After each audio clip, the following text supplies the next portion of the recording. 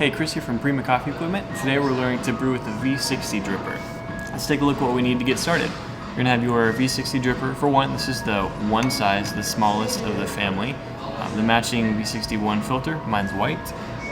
I have about 24 grams of fine medium ground coffee right there. This is a 13 on a Guatemala lap grinder. Now I'm also using a V60 pour over station here made by Hario. I have a glass underneath, you can use a server if you like.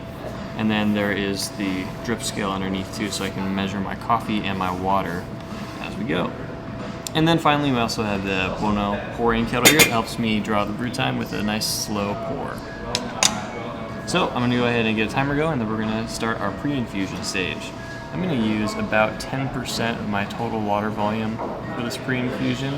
I'm shooting eventually for about 350 grams of water in, so I've poured I got about 42 grams of water in there, but somewhere near the 10% mark is good for pre-infusion. You're gonna see that coffee begin to bloom there. Looks nice. Tells us that it's nice and fresh. And then after this, I'm gonna begin pouring. Now because the V60 is a cone shape, I can actually use a center pour here, and the cone shape sort of facilitates some circulation just naturally because of that shape. So a center pour here is going to work all right for me. And in fact, if I were to do too many circles in my pour, or even get too close to the edge, I'm actually going to be pushing grounds down to the bottom of the cone and clogging it up, unnecessarily extending my brew time. So I'm just pouring nice and slowly in the middle here.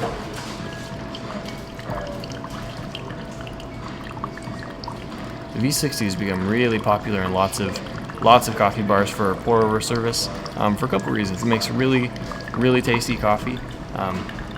It usually encourages sort of a shorter brew time, and as a result you get sort of the bright, sparkly acidity, lots of fruity flavors out of it.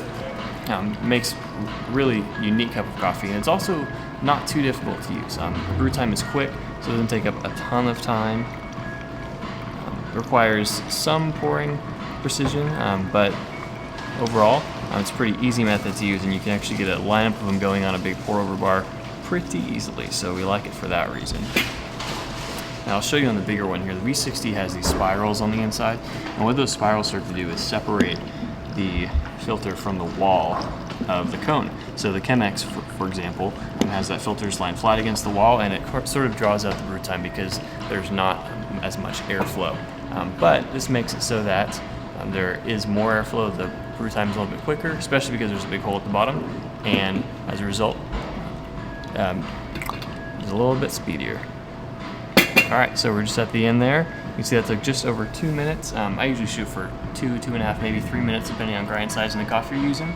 And that one looks like it'll work pretty well. Filled my cup up nicely. So that's the V60 dripper. We like it, makes a really interesting cup of coffee. I think you'll enjoy it too. Thanks for watching.